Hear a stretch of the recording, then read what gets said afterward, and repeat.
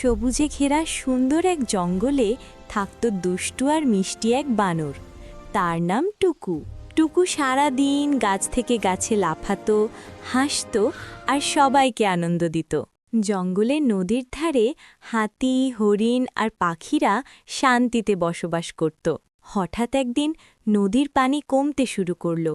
জঙ্গল যেন ধীরে ধীরে নীরব হয়ে গেল। সবাই চিন্তায় পড়ে গেল, কিন্তু কেউ বুঝতে পারছিল না কি করবে। টুকু চুপচাপ সব কিছু দেখল।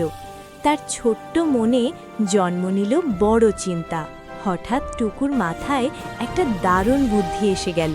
টুকু সবাইকে ডেকে বলল, চলো আমরা একসাথে কিছু করি।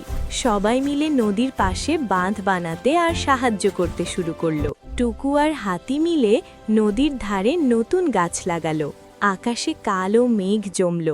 তারপর শুরু হলো ঝড়ঝড় করে বৃষ্টি। নদী আবার ভরে উঠল। জঙ্গল ফিরে পেল তার প্রাণ। সবাই আনন্দে চিৎকার করে উঠল। হাসিতে ভরে গেল জঙ্গল। হাতি বলল, টুকু, তুই ছোট হলেও তোর কাজ অনেক বড়। টুকু হাসল আর বলল, একসাথে থাকলে সব কিছুই সম্ভব।